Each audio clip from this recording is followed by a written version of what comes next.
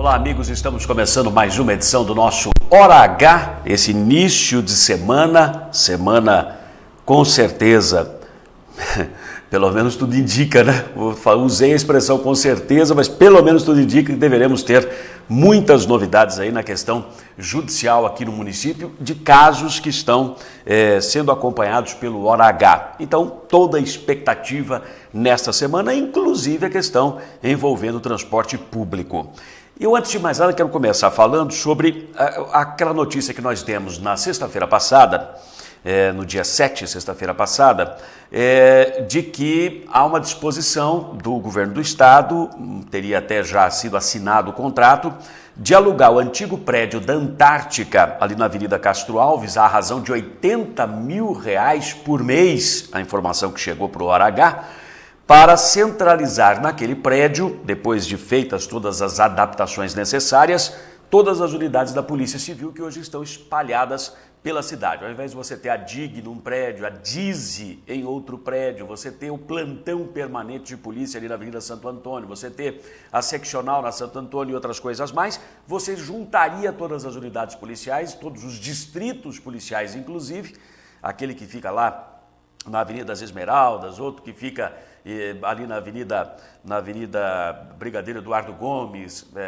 acho que ali não tem civil, ali é militar, né? Mas enfim, juntava todos os distritos policiais, colocar dentro de um mesmo prédio, que a filosofia agora é outra, não é mais de descentralizar, mas de centralizar para favorecer os trabalhos da Polícia Civil, que é uma polícia judiciária, é uma polícia de investigação, é uma polícia diferente da Polícia Militar, que trabalha com a prevenção. E aí ela estando espalhada em vários pontos da cidade, ela sim é de mais fácil acesso para a população. Bom, a filosofia é essa agora, anteriormente, nos governos passados, foi de você descentralizar, agora é de você centralizar. Cada um que chega tem uma ideia, de jirico ou não, essa ideia é colocada em prática e quem paga a conta somos nós, é a população. Bom, então o prédio da antiga Antártica, na Castro Alves, estaria sendo alugado, sofreria essas adaptações, aí está o prédio, R$80 mil por mês para centralizar as atividades da Polícia Civil.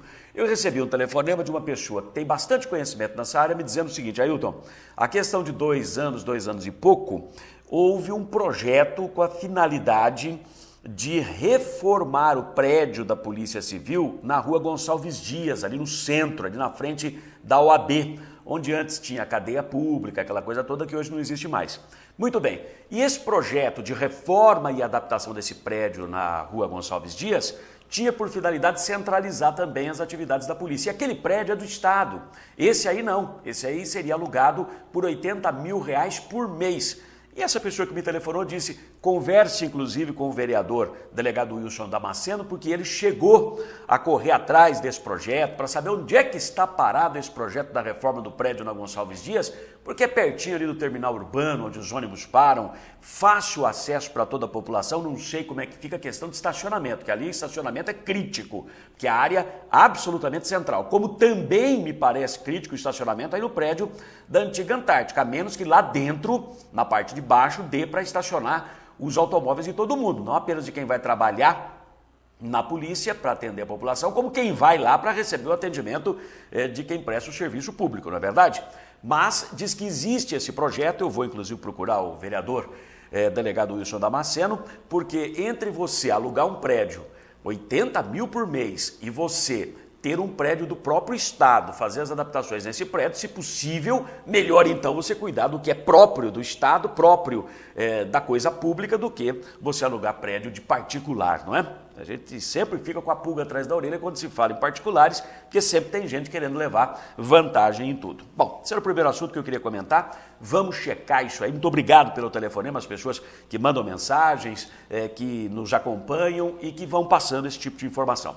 Eu tenho aqui à minha frente, eu informei também na semana passada, estou apenas confirmando agora, já está concluso nas mãos do juiz Dr. Silas Silva Santos, juiz titular da Justiça Eleitoral aqui de Marília, o processo de número 608 é uma AIME, uma ação de impugnação de mandato eletivo, ela corre sob segredo de justiça, então os detalhes não podem ser informados, mas é do PSD, partido PSD, contra o vereador Samuel da Farmácia, por abuso de poder econômico, compra de votos nas últimas eleições. Defende o PSD, que é quem acusa o advogado Alisson Alex Souza Silva, e defende o vereador Samuel, o também Samuel, mas advogado Samuel Henrique Castanheira. O caso já está concluído para julgamento nas mãos do juiz desde as 11 horas e 19 minutos da última quinta-feira, dia 6 de junho. Então, mais uma informação aqui que a gente passa para os senhores através do flash nessa abertura do nosso programa. Também na semana passada, na sexta-feira, e nós não tínhamos ainda todas as informações em mãos, e eu quero exibir e trazer aos senhores essas informações, aquele rapaz, jovenzinho de tudo, 24 anos, se apresentou confessando o assassinato desse moço aí, do estudante de 22 anos, no dia 7 de maio. Então, o jovem Marcos Ferreira, que é este aí, apresentou-se à polícia na última sexta-feira, confessou o assassinato do estudante Roberto Rodrigues, de 22 anos, e vejam aí, um ao lado do outro, o que morreu que está de camisa preta, o que confessou o crime que está de camisa listrada, e o Roberto Rodrigues, 22 anos, estudante, infelizmente perdeu a vida, 2 tiros na cabeça. Acompanhado do advogado José Cláudio Bravos, o Marcos, que é o de camisa vermelha ali, alegou legítima defesa. O Roberto, que morreu, cursava Ciências Contábeis no Univem e estava em Marília há poucos meses. A família veio do Paraná para cá. Foi morto com 2 tiros na cabeça no início da noite de 7 de maio, atrás do Tênis Clube, na rua Coronel José Braz. Nenhum pertence da vítima foi levado, inclusive dinheiro, cheque, celular, o que levou a polícia a investigar um possível acerto de contas no primeiro momento. Depois, começaram a entender o que é que havia acontecido, porque encontraram lá cartas, bilhetes de uma ex-namorada do menino que confessou ter assassinado o outro, que largou dele, começou a namorar o que morreu, esse menino de camisa preta, o Roberto Rodrigues, e mesmo depois deles terem terminado o relacionamento, o outro menino parece que não concordava com isso, havia mandado lá algumas mensagens no telefone celular, de ameaças ou coisa que o vale. Enfim, isso está tudo sendo investigado. Os advogados, obviamente, das partes, um infelizmente perdeu a vida, o outro está aí alegando legítima defesa. Os advogados vão fazer o possível para alcançar os objetivos dos seus clientes, não é? Mas o Roberto, segundo depois na polícia o Marcos, o Roberto, eles teriam marcado para conversar exatamente naquele local, atrás do tênis clube. O Roberto fazia lá academia, deixou a academia, onde ele estava com familiares, inclusive, e estava indo embora para casa. E teria marcado um encontro para conversar com esse outro menino, o Marcos. E aí eles iriam conversar, acho que tomariam uma cerveja depois para complementar a conversa, mas alega o Marcos, o que disse que matou o Roberto, alega que passou a ser agredido pelo Roberto no momento em que então sacou do revólver e deu 2 tiros na cabeça do Roberto, ele morreu no local. Provavelmente tenha sido então este o motivo, uma namorada em comum dos dois, o motivo deste crime bárbaro. 2 jovens, 2 amigos, inclusive você veja que na página do Facebook do Roberto ainda figura a fotografia dele ao lado do rapaz que acabou sendo o seu assassino. Tem um vídeo, inclusive, do momento em que o Marcos se apresentou na sexta-feira à polícia, acompanhado do advogado, ele com a camisa aí puxando sobre a cabeça, sobre o rosto, melhor dizendo, para evitar ser filmado. Você vai ver aí toda a imprensa junto. Quem nos forneceu esse vídeo foi o Thiago Kikinato, ele quem fez esse vídeo, forneceu para o Hora H, e a gente vê ali o próprio advogado José Cláudio Bravos acompanhando o seu cliente, o Marcos, ali de camisa azul mais escura, o doutor José Cláudio Bravos, aí o momento em que o Marcos deixava a delegacia. Foi lá, 1 mês exatamente depois do crime, confessou o assassinato, 2 jovenzinhos de tudo, um de 24 que matou e o de 22 que morreu, e mesmo tendo confessado o crime, fugiu do flagrante, não é? E razão de ter fugido do flagrante, responderá ao crime em liberdade. Muita gente não entende isso, mas infelizmente, feliz ou infelizmente, a legislação brasileira prevê esse tipo de coisa. Crime bárbaro, absurdo, motivo, desculpe, mas não dá para aceitar.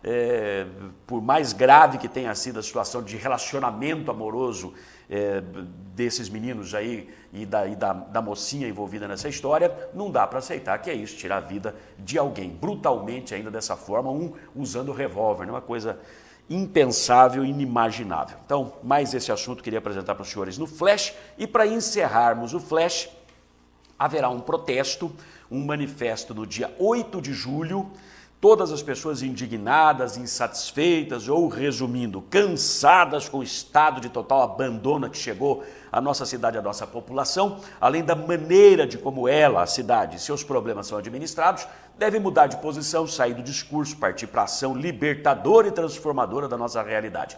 Eu estou recebendo no meu e-mail, também na nossa página do Hora H no Facebook, facebook.com/HTV, o convite para acompanhar essa manifestação, a primeira marcha da cidadania, onde serão defendidas e exigidas soluções reais e efetivas para os problemas da cidade de maneira geral. Estaremos mobilizados e em luta defendendo as seguintes bandeiras, é o que estão propondo aqui. Bandeira contra a corrupção, sempre é importante. Em defesa da vida, necessário. Contra a tortura e qualquer tipo de violência aos moradores de rua e quaisquer outros grupos que nós tivemos agressão aos moradores de rua aqui na cidade. Garantir o acesso ao abastecimento de água a todos os munícipes. Contra a planta genérica de valores que culminou com o aumento abusivo do IPTU. O pessoal ainda se referindo ao IPTU. Transparência da administração pública municipal. Contra a privatização de qualquer autarquia, já estão pensando no DAEM.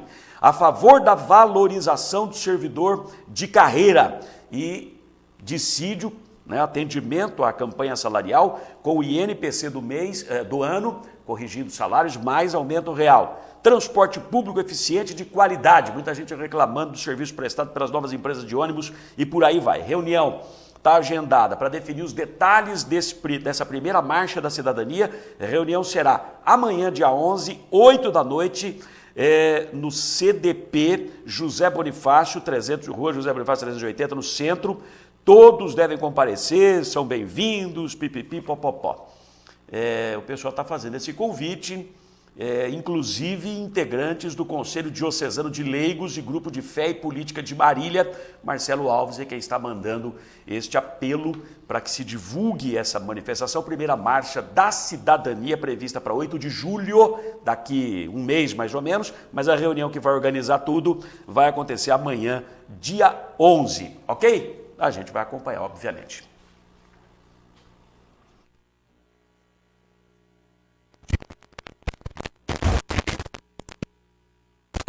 Hora H, com Ailton Medeiros, para quem exige a verdade dos fatos. Muito bem, hoje é segunda-feira, dia 10 de junho, dia da artilharia, dia da raça e dia da língua portuguesa. Nessa data, em 1580, morria o poeta português Luís de Camões. Em 2010, começava a 19ª edição da Copa do Mundo lá na África do Sul e a nossa aqui está prestes também a começar, será no ano que vem. Primeiro nós teremos neste ano aqui a Copa das Confederações. Faltam 204 dias para o final do ano e está começando a edição de número 117 do Hora H pelo canal 15 da NET, a TV comunitária de Marília. Economize energia elétrica com o Net Europeu da Estruturas Metálicas Brasil. Cobertura de estruturas metálicas com grande capacidade de iluminação e ventilação natural. Ecológico e sustentável. Estruturas Metálicas Brasil. Qualidade e segurança na sua obra. Oferece.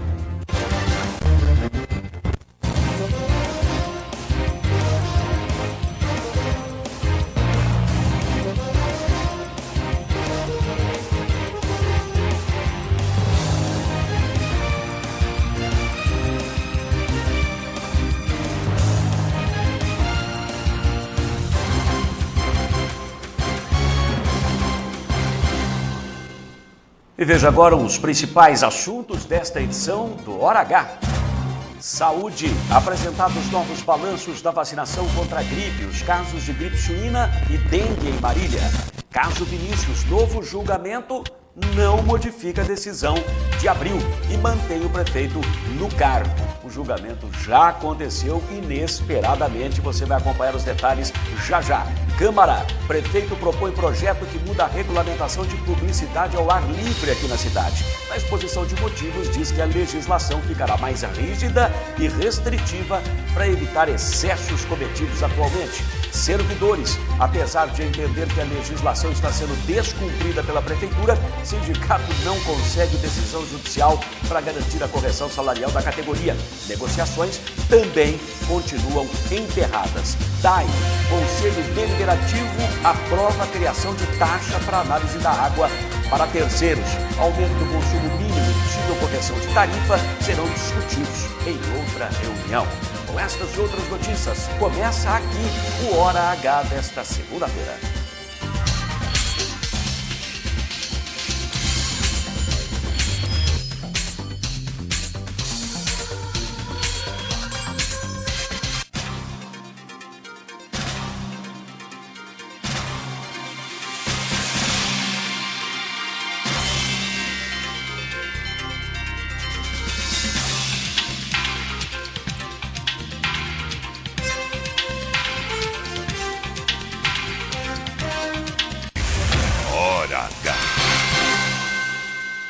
Uma informaçãozinha abrindo esse bloco de notícias do Hora H. Nesta segunda-feira, dia 10, logo mais às 14h, haverá o lançamento da segunda campanha de doação de sangue do FUS, o Fundo Social de Solidariedade, no Hemocentro de Marília, na rua Lorival Freire, ali ao lado do Fórum. A campanha será realizada em parceria com as EMEIs e EMEFs da Zona Sul da cidade.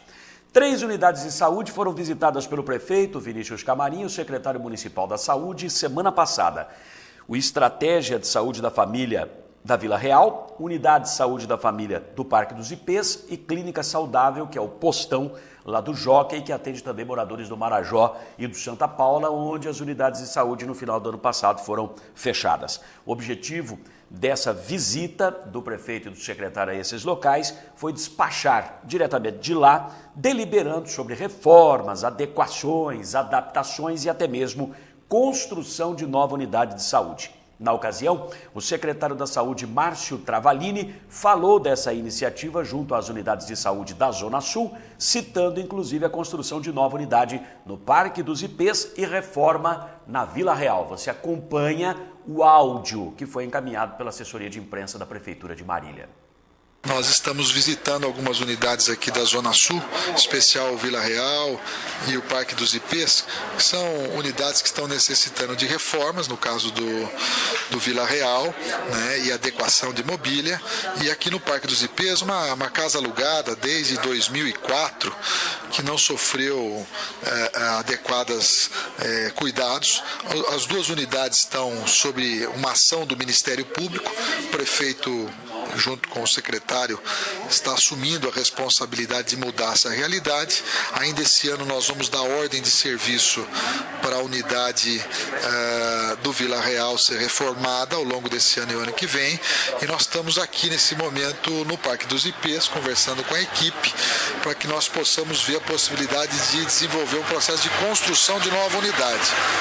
Tem muitas infiltrações, assentos de bancos sem espuma, situações que nós não desejamos nas pessoas que a gente recebe na nossa casa, e na casa que é a unidade de saúde, que é a casa do município para o munícipe, também precisam estar organizados. Nós vamos fazer ao longo dos próximos meses um processo para iniciar a mudança dessa realidade, e estamos aqui decidindo a possibilidade da construção de uma nova unidade aqui no Parque dos Ipês. Hora H. Com relação a essa situação do Parque dos Ipês, o Dr. Márcio explicou que já existe, inclusive, projeto para essa obra, mas que foi abandonado pelo governo passado, a gestão anterior, lá no Ministério da Saúde. Até verba que veio encaminhada para isso teria sido gasta em outro local e não naquilo que precisava. Ouça.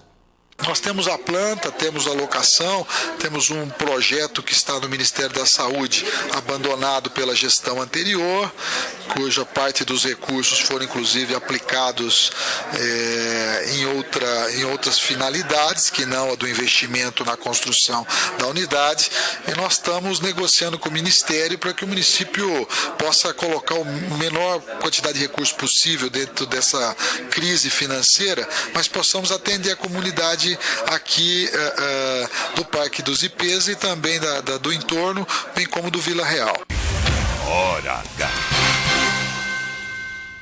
Aí, portanto, construção de uma nova unidade, então, lá no Parque dos Ipês. Desde o lançamento do PERC da Saúde, que é o Programa Emergencial de Recuperação da Cidade para a Área da Saúde, isso foi em janeiro, foram feitos os seguintes investimentos segundo o balanço divulgado pela Prefeitura. Importante sempre salientar que esse material veio da Prefeitura.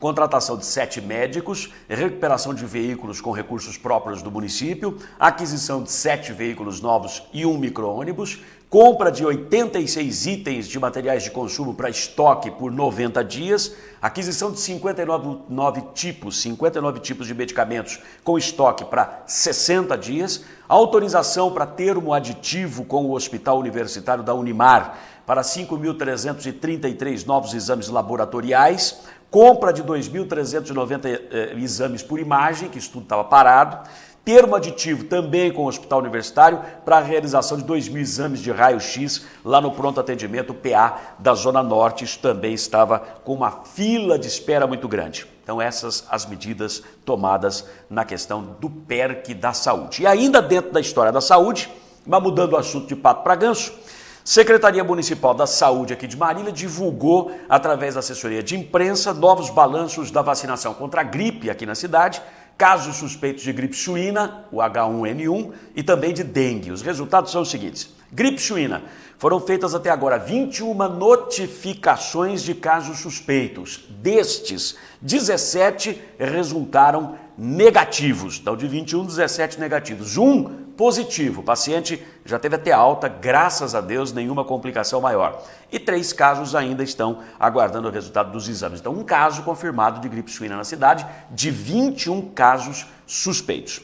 Vacinação contra a gripe. A que ponto chegamos? Já acabou. Do público-alvo de 55 mil pessoas, incluindo crianças até 2 anos de idade, idosos acima de 60 anos, gestantes, etc., 82,35% foram imunizados durante a campanha realizada na cidade, encerrada no final de maio. Isso fica dentro do que é preconizado pelo Ministério da Saúde. Dengue. Do início do ano até agora, Marília registrou 419 casos positivos de dengue, doença causada pelo mosquito Aedes aegypti.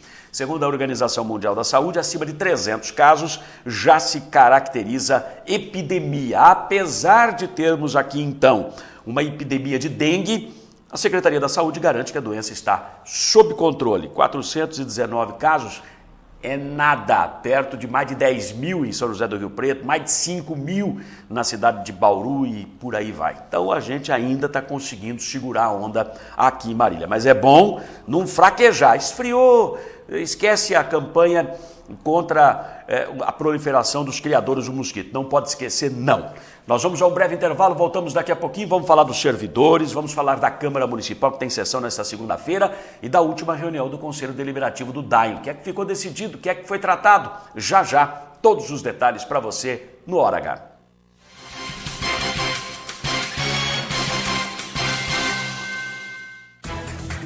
Clientes espalhados pelo Brasil e até no exterior. Mais de 3.500 obras realizadas.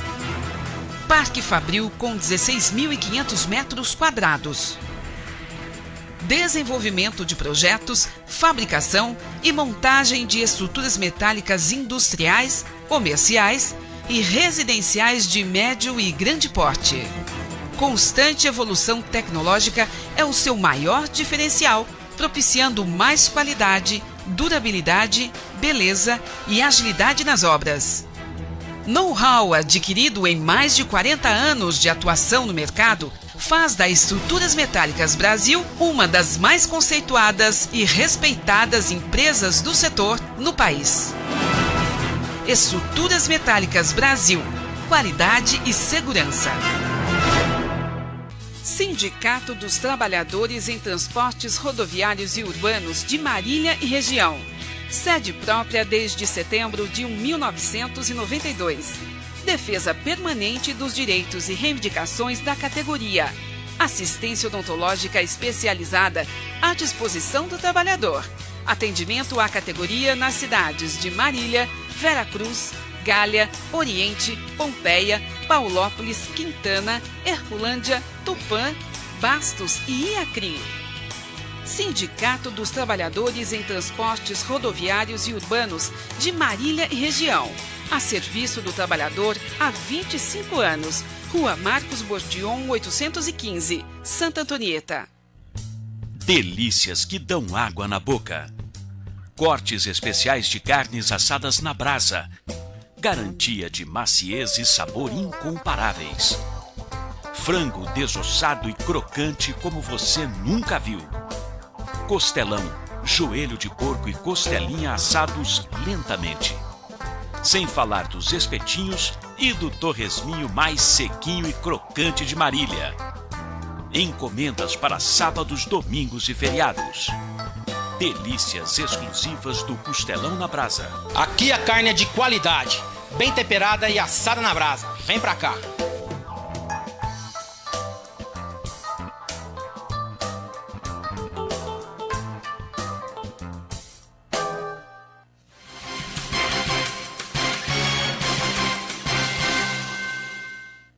E vamos a mais um bloco de notícias do nosso Hora H. Vamos falar de Câmara Municipal. Aliás, tem 8 processos ao todo incluídos na ordem do dia. A pauta dos trabalhos a gente já recebe aqui na TV Comunitária. Tem projeto a ser considerado objeto de deliberação. Tem, entre processos conclusos que vão para votação, mais 5, né? E tem também processos incluídos na ordem do dia, requerimento verbal aprovado por seus autores. Ao todo, 8 processos, então, 1, 2, 3, 4, 5, deixa eu contar, 6, 7, 8. Exatamente 8 processos incluídos na ordem do dia, uma sessão que hoje, me parece, vai ter aí na parte final, quando a pauta dos trabalhos, a ordem do dia é votada, vai ter ali bastante discussão. Pelo menos tem bastante assunto para se discutir. O assunto que mais chama atenção é o projeto de lei de autoria da Prefeitura que pretende alterar a regulamentação da publicidade ao ar livre aqui na cidade. Inclusive, o Jornal da Manhã, edição de ontem, trouxe como destaque de capa este assunto. Câmara, projeto que altera a publicidade ao ar livre, vai à votação na segunda-feira, e foi a matéria da página 3 do jornal. Está aqui o Jornal da Manhã, edição de domingo, edição de ontem. Projeto que altera a regulamentação de publicidade ao ar livre vai à votação. Matéria está na pauta dos trabalhos de hoje, portanto, será submetida à primeira discussão. Não é? Segundo exposição de motivos feita pelo prefeito, o objetivo é tornar a legislação mais rigorosa e proibir os excessos, reduzir a poluição visual e sonora, dentre outros. Anúncios, banners, painéis luminosos e fachadas pintadas em estabelecimentos de qualquer natureza serão considerados publicidade, portanto, serão tributados, cobrados, conforme tabela existente do Código Tributário do município. Toda divulgação de publicidade ao ar livre dependerá agora de alvará específico emitido pela Prefeitura e recolhimento de taxa devida. Ficam de fora dessa exigência somente placas utilizadas por imobiliárias para aluguel e comercialização de imóveis, desde que não ultrapassem o tamanho de 60 centímetros por 60 centímetros, 60 por 60, não pode ultrapassar esse tamanho. O artigo 7º dessa nova lei proíbe publicidade em calçadas, canteiros centrais de avenidas, árvores, postes e por aí vai. Também não será mais permitida a publicidade de fumo e derivados de tabaco, bem como de bebidas alcoólicas a menos de 500 metros de escolas. Faixas de publicidade e eventos ficarão somente nos pórticos metálicos, aqueles postinhos de metal, instalados em pontos específicos definidos pela Prefeitura. Deverão ser instaladas as faixas 2 dias antes do evento e retiradas 24 horas depois, sob pena de multa. O artigo 12 dessa lei, é extensa essa lei, quem mexe com publicidade ao ar livre deve ficar atento. O artigo 12 disciplina também a distribuição de panfletos e folhetos, exigindo autorização prévia da Prefeitura e recolhimento de taxa devida. Será proibida a distribuição desse tipo de publicidade na área central, incluindo as avenidas Sampaio Vidal, Tiradentes, Rio Branco, Avenida Brasil, ruas Bandeirantes, 15 de novembro, 9 de julho, Paraná, Piratininga, esse quadradão aí no centro, tudo proibido. Negócio de panfletinho, distribuir panfleto em cruzamento onde tem semáforo, tudo proibido. Também não será mais permitido colocar panfleto e folheto em veículos estacionados na rua. Quem for pego fazendo isso será multado. O artigo 20 disciplina a publicidade em veículos e a publicidade sonora também, incluindo carros, motos, caminhões e até aparelhos de som nas portas dos estabelecimentos comerciais. Tudo será proibido. Aquela zoeira de publicidade vai acabar, ok? Pelo menos a lei está prevendo isso. O descumprimento do que estiver previsto na legislação será punido com a aplicação de multa. Na exposição de motivos que acompanha o projeto mandado à Câmara, o prefeito Vinícius propõe que a nova legislação entre em vigor a partir de 1º de janeiro do ano que vem, a fim de que as empresas e demais interessados tenham prazo razoável para promover as adequações necessárias. A sessão da Câmara Municipal que vai votar este e outros assuntos começa 5 horas da tarde. Terá, obviamente, como sempre acontece, o acompanhamento da câmera do Hora H.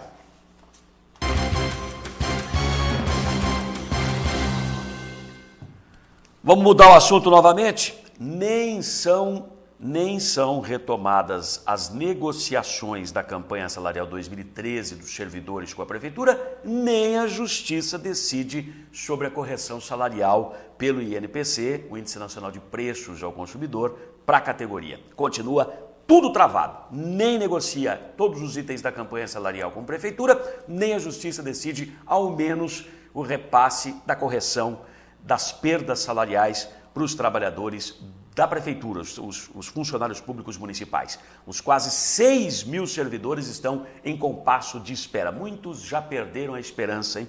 Presidente do Sindicato dos Servidores Municipais de Marília, Mauro Cirino, informou que o titular da Vara da Fazenda Pública do Fórum Local, o juiz Silas Silva Santos, ainda não julgou o mandado de segurança impetrado pelo sindicato para garantir a aplicação do INPC sobre os salários, corrigindo as perdas salariais dos últimos 12 meses, imediatamente anteriores a 1º de abril, que é a data base dos servidores. Veja o que ele falou.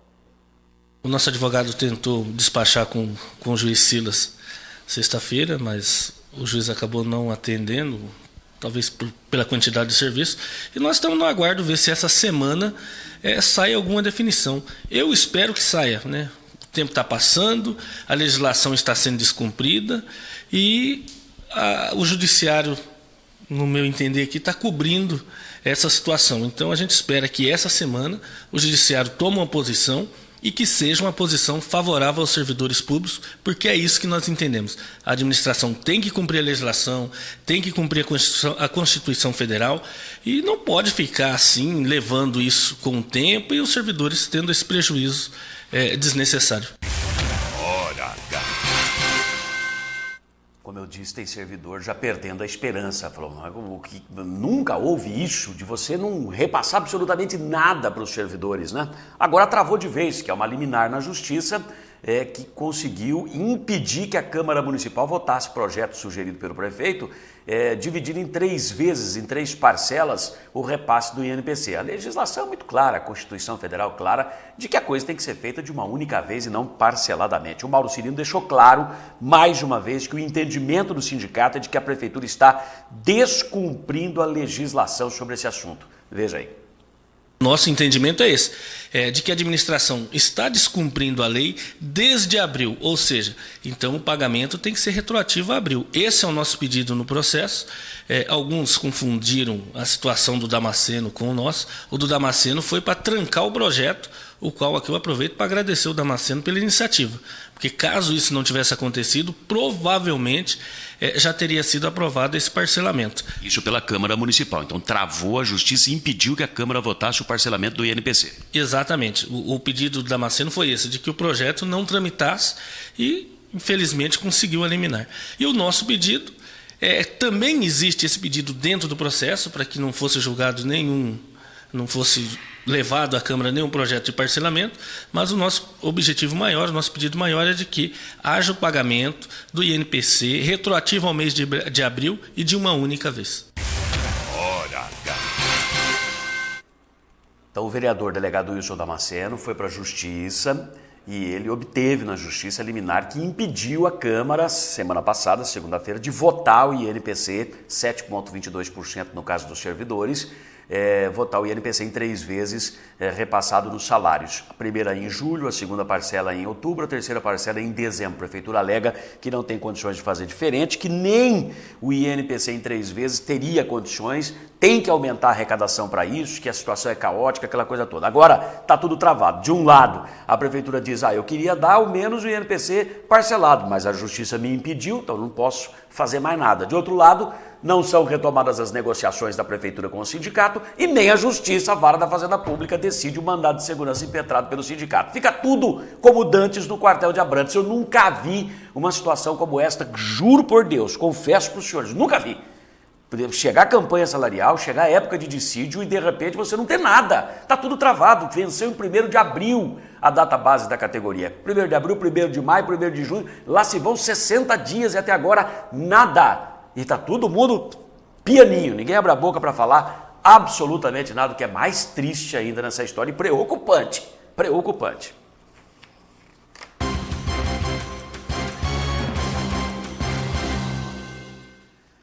Vamos falar sobre solidariedade.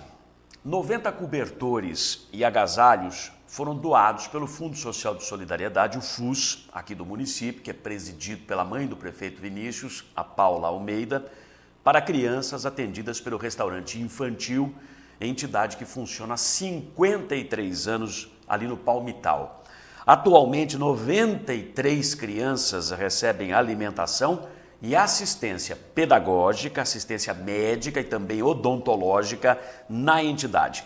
Pesquisa recente indica que a maior clientela lá do restaurante infantil é formada por crianças da favela da Vila Barros. E tem um outro dado importantíssimo que os senhores vão acompanhar na sequência.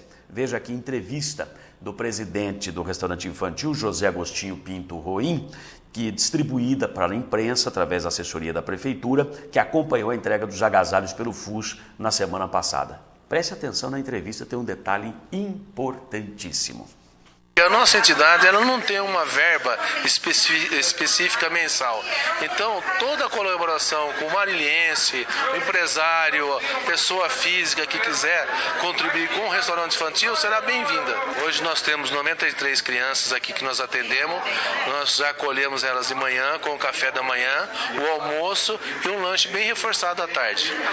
No período também de férias, hoje nós entregamos uma cesta básica para cada família, porque as crianças, como não participa aqui dos nossos eventos, então nós damos alimentação para eles, porque a prioridade máxima nossa é a alimentação dessas crianças. Praticamente a gente atende a periferia nossa aqui, né? Mas seria aqui da Vila Barros. Né? E por incrível que pareça, nós fizemos uma pesquisa, 32% a 34% dos pais estão presos, estão reclusos. Então a gente olha melhor ainda para essas crianças, porque se a gente não fizer isso, o que vai ser do futuro delas? Hora H. Que informação, hein? 34% das crianças, filhos de pais que estão presos. Então, se não tiver quem olhe realmente, o que vai ser dessas crianças, né? Parabéns ao pessoal do restaurante infantil pelo trabalho, o FUS, que fez essa doação dos agasalhos, dos cobertores para as crianças atendidas pelo restaurante infantil. Antes de irmos a um próximo intervalo, a Folha de São Paulo, edição de hoje, está trazendo a seguinte notícia, que o atual governador de São Paulo, Geraldo Alckmin, venceria até o ex-presidente Lula na disputa pelo governo paulista. É uma pesquisa feita pelo Instituto Datafolha. Há um ano das convenções partidárias que vão definir quem é que vai ser candidato ao governo de São Paulo, o governador Geraldo Alckmin lidera a corrida ao Palácio dos Bandeirantes, de acordo com pesquisa concluída pelo Datafolha no final de semana que passou. O governador aparece com ampla vantagem em todos os cenários analisados pelo Instituto Datafolha, até mesmo quando o seu oponente direto, e me parece não será o caso, é o ex-presidente Lula, Luiz Inácio Lula da Silva. O Lula, que é tido como imbatível, nesse caso aqui, perderia, pelo menos nesse momento, para o Alckmin. O governador aparece com ampla vantagem, vou passar os números. Embora sua candidatura seja improvável, Lula é o adversário que teria melhor desempenho contra o Alckmin. O petista obtém 26% das intenções de voto, se ele for candidato a governador, e Alckmin 42%, o dobro. Coisa impressionante, hein?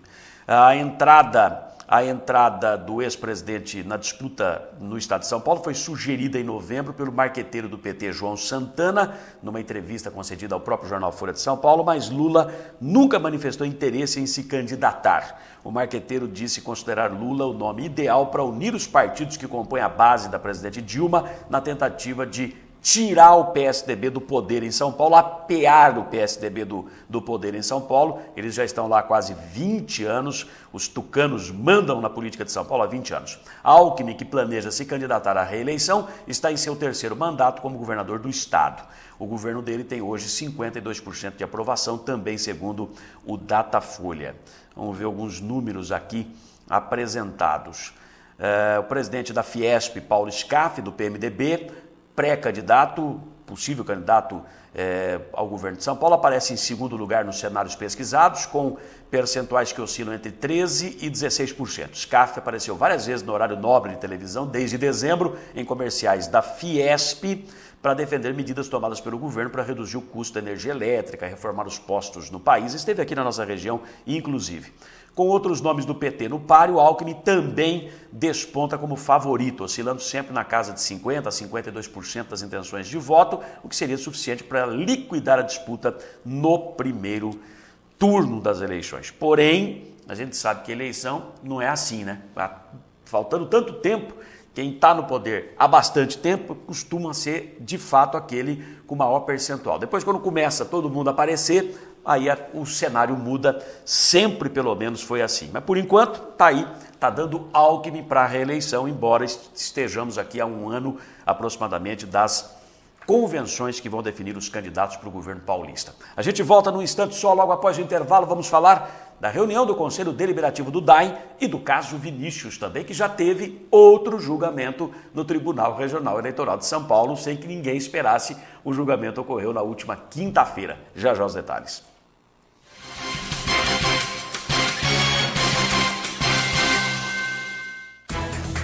Clientes espalhados pelo Brasil e até no exterior. Mais de 3.500 obras realizadas. Parque Fabril com 16.500 metros quadrados. Desenvolvimento de projetos, fabricação e montagem de estruturas metálicas industriais, comerciais e residenciais de médio e grande porte. Constante evolução tecnológica é o seu maior diferencial, propiciando mais qualidade, durabilidade, beleza e agilidade nas obras. Know-how adquirido em mais de 40 anos de atuação no mercado faz da Estruturas Metálicas Brasil uma das mais conceituadas e respeitadas empresas do setor no país. Estruturas Metálicas Brasil, qualidade e segurança. Sindicato dos Trabalhadores em Transportes Rodoviários e Urbanos de Marília e Região. Sede própria desde setembro de 1992. Defesa permanente dos direitos e reivindicações da categoria. Assistência odontológica especializada à disposição do trabalhador. Atendimento à categoria nas cidades de Marília, Veracruz, Gália, Oriente, Pompeia, Paulópolis, Quintana, Herculândia, Tupã, Bastos e Iacrim. Sindicato dos Trabalhadores em Transportes Rodoviários e Urbanos de Marília e Região. A serviço do trabalhador há 25 anos. Rua Marcos Bordion, 815, Santa Antonieta. Delícias que dão água na boca. Cortes especiais de carnes assadas na brasa. Garantia de maciez e sabor incomparáveis. Frango desossado e crocante como você nunca viu. Costelão, joelho de porco e costelinha assados lentamente. Sem falar dos espetinhos e do torresminho mais sequinho e crocante de Marília. Encomendas para sábados, domingos e feriados. Delícias exclusivas do Costelão na Brasa. Aqui a carne é de qualidade, bem temperada e assada na brasa. Vem pra cá.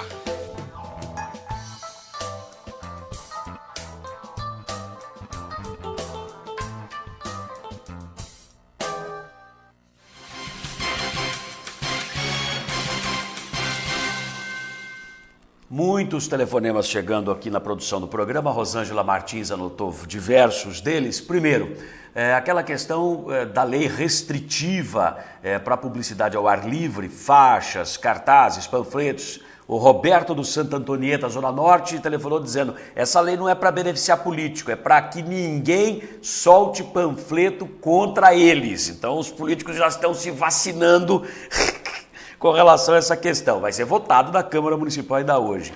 Outra, dona Eunice Muller, aí da Avenida Nelson Spielmann, está sempre sintonizadinha aqui no Hora H, muito obrigado pela audiência.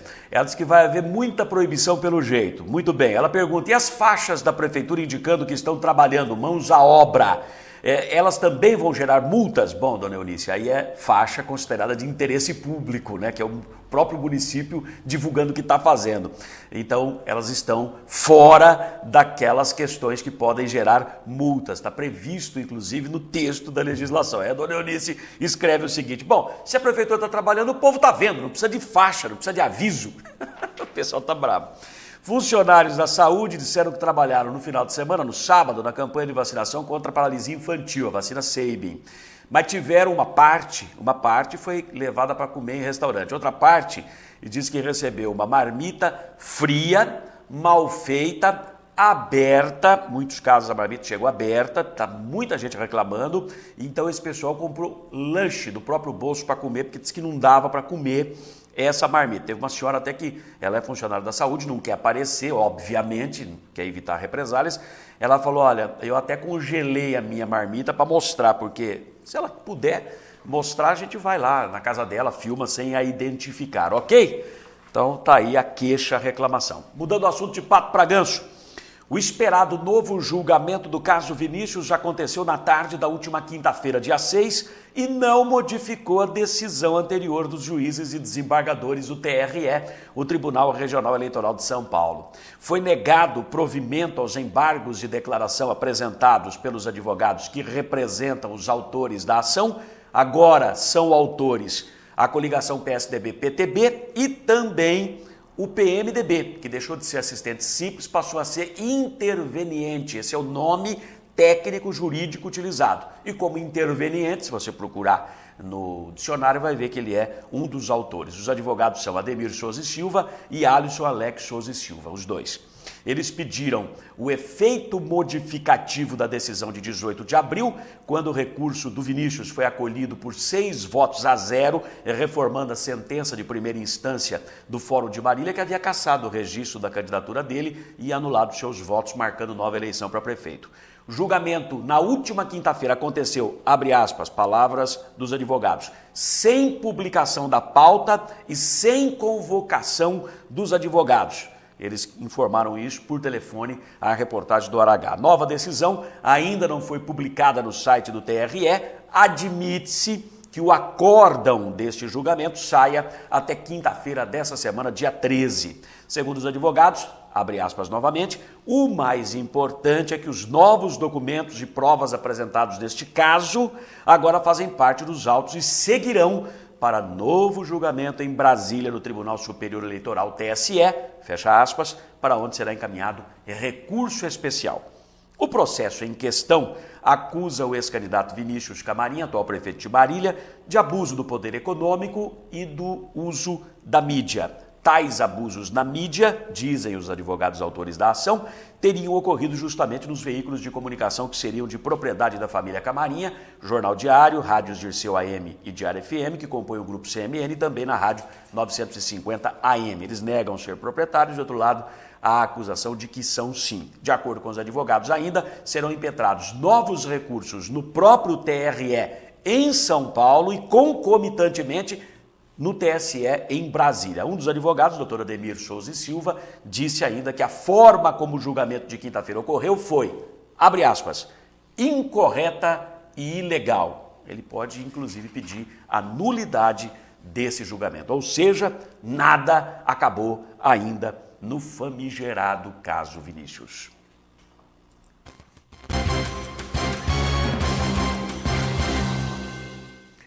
Vamos mudar o assunto de Pato para Ganso, vamos falar do DAEM. A segunda reunião do novo Conselho Deliberativo do Departamento de Água e Esgoto de Marília, o DAEM, realizada na última sexta-feira, dia 7, aprovou a criação daquela taxa, aquela solicitada para análise da qualidade da água, solicitada essa análise por terceiros. Então, quando é o município que faz para ele próprio, obviamente não tem taxa. Agora, quando terceiros solicitam, aí então haverá agora uma taxa, até porque envolve gasto, envolve técnico especializado no assunto, envolve equipamento, material, né, para poder fazer a análise e tudo mais. O valor dessa cobrança, dessa taxa, ainda não foi fixado. Você vai ver a informação nesta entrevista com o diretor executivo do DAEM, o engenheiro João Carlos Polegato. Veja.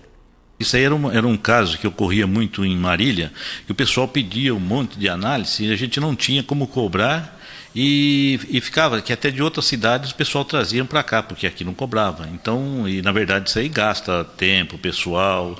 Então foi analisado nos outros laboratórios quanto cobra tudo e o DAEM vai fazer esse serviço também. Agora, quando é que vai fixar os valores? Os valores, tão logo a gente faça a reunião sobre isso, talvez esse mês mesmo a gente já fixe esses valores. Hora H. Muito bem, então essa questão da taxa para análise da qualidade da água, análise físico-química, análise de outras questões mais envolvendo a água aqui da cidade, de outras localidades, água de poços particulares, tudo vai ter agora uma taxa que será fixada seguindo aquilo que os laboratórios já cobram. Por outro lado, 7 membros do Conselho Deliberativo do DAEM decidiram aguardar para decidir sobre outro pedido feito pelo departamento. A elevação do consumo mínimo de água de 5 metros cúbicos, como é hoje, para 10 metros cúbicos mensais, como ocorre na maioria dos municípios. Em outra oportunidade, também vai ser discutida a possibilidade de correção da tarifa da água. Então, não apenas elevar o consumo, mas elevar também o preço, não aumentando o preço, mas corrigindo pelo índice inflacionário dos últimos 12 meses. Veja o que diz o Polegato. O Conselho pediu mais um tempo para estudar mais um mês, né, a respeito dessas tarifas, porque quase todas as cidades, o mínimo é 10, né? Então ele pediu para a gente estudar, para analisar as outras cidades, como fica, tal, o que a gente não quer é onerar a classe menos privilegiada, né? E com relação ao aumento da tarifa, o custo da água? Então, o custo da água, o GIAS já tinha feito um estudo aí do INPC, 17%, mas isso aí é quase improvável que o Conselho vá aceitar isso daí. Na verdade, nós vamos tentar corrigir só esse ano, só uma correção para o DAEM continuar andando, né? Quer dizer, aplicar o INPC apenas deste ano aqui, de 2013, ou seja, os últimos 12 meses. Nos últimos 12 meses, exato. Aí, no caso... Esse é uma proposta, né? Então, vamos ver o que o Conselho acha. O Conselho vai dar uma estudada nisso aí, que ele é soberano, né, para essas resoluções. Muito bem, então corrige a tarifa, pelo menos a pretensão é esta, e depois estabelece as faixas de consumo, seria isso? Exatamente. A ideia é essa. Semana que vem teremos uma reunião a respeito da correção e daqui a um mês nós vamos voltar novamente a estudar a faixa das faixas. Hora H. Então vejam, senhores, que vários assuntos foram discutidos pelos conselheiros integrantes do Conselho Deliberativo do DAEM, que é presidido pelo ex-vereador e advogado Luiz Rossi. A competência e autonomia do Conselho Deliberativo, que funciona para o DAEM, como a Câmara Municipal funciona para a Prefeitura. Então a Prefeitura, quando precisa aprovar uma lei, tomar uma decisão, ela não é tudo, mas tem questões específicas que precisam passar pelo Poder Legislativo, não é? No caso do Conselho Deliberativo, ele tem a mesma função para o DAEM. Muito bem.